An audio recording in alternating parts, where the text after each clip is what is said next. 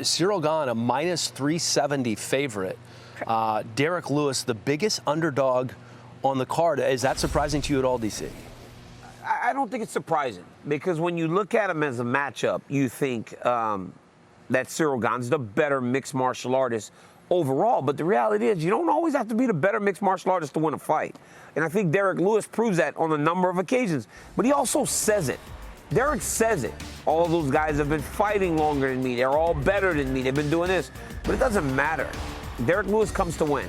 But when you look at Ciryl Gane and the victories that he's had, in the fashion that he's won the fights, it is easy to see how the general public, the betting public, would make him the favorite in this fight because of his well-rounded skill set. I think it's absolutely surprising to me, especially Ciryl Gane. There's no doubt, as we talk about his skill set, you talk about how excited he is, you talk about how skilled he is, and that he is the future of this division. But how do you become that big of a favorite against Derrick Lewis? I mean, we're talking, what is it, -340, -3? Yeah, well, Mikey, everybody thinks like you have, when there's a puncher's chance, right? When there's like when you think it's like, because essentially what they're saying is Derrick has a puncher's chance. Yep. And a lot of people feel that. If you got to knock somebody out, you got a puncher's chance. He's got way more than a puncher's chance. I think he does, though. He has way more than a puncher's chance. Derrick Lewis at home with all of his wealth of experience, veteran step. Yeah. He's got that kind of chance. I saw it put best this week, and I don't even remember where I saw it or who wrote it, so sorry for the credit, but someone was like, you know, Ciryl Gane has better footwork. He's got a better ground game. He's got the wrestling. He's got the cardio. He is a much more technical striker. That being said, Derrick Lewis by, round 2 TKO.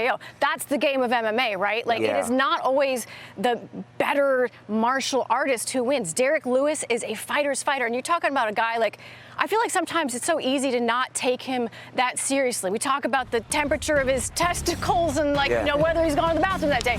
But this guy has fought through life. I mean, this is a man who came out of prison, reinvented himself, and turned himself into what could possibly be tomorrow the interim heavyweight champion of the UFC. And that is a wild story when you really think about it. A guy who didn't have a ton of training before his first fight, and a man who has relied on what I would say is a fighter's heart, and over time, he has developed a sneaky good fight IQ in his own Derrick Lewis sort of way. But it's easy to write him off because he's never serious, right? He's not Michael Chandler out here making these really intelligent, well thought out. He said that word, points. Whatever that word was. He Idiosyncrasy. He's not mentioning I mean, I could not believe idiosyncrasies.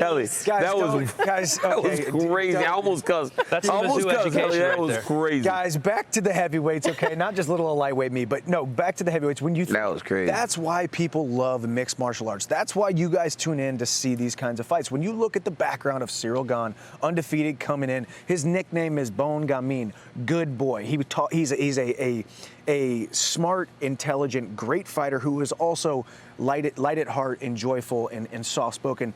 And then you talk about Derrick Lewis and his past and what he has overcome. And then we also talk about the skill sets. Ciryl Gane might be better in every single aspect of mixed martial arts, but when it comes to stepping inside the UFC octagon, this is why people tune in. It's the physical manifestation of the fights that all of us, it's the fights that all of us are going through in our lives, and that's why we tune in, because maybe Ciryl Gane is supposed to win, but the best guy doesn't always win, kind of like Charles Oliveira and Michael Chandler here in Houston just a couple months ago. That's why people love mixed martial arts, but wow. He can't even talk. I mean, come on. But ultimately, look at where this resides. Hey, Helly, but here's the thing. From experience, I understand. Derrick Lewis hits you, and there's nothing like it. I've been hit by some really powerful guys over the course of my career. I got kicked in the head by John Jones. Getting punched by Derrick Lewis still felt harder than anything else I've ever felt. It's crazy the power this man can generate.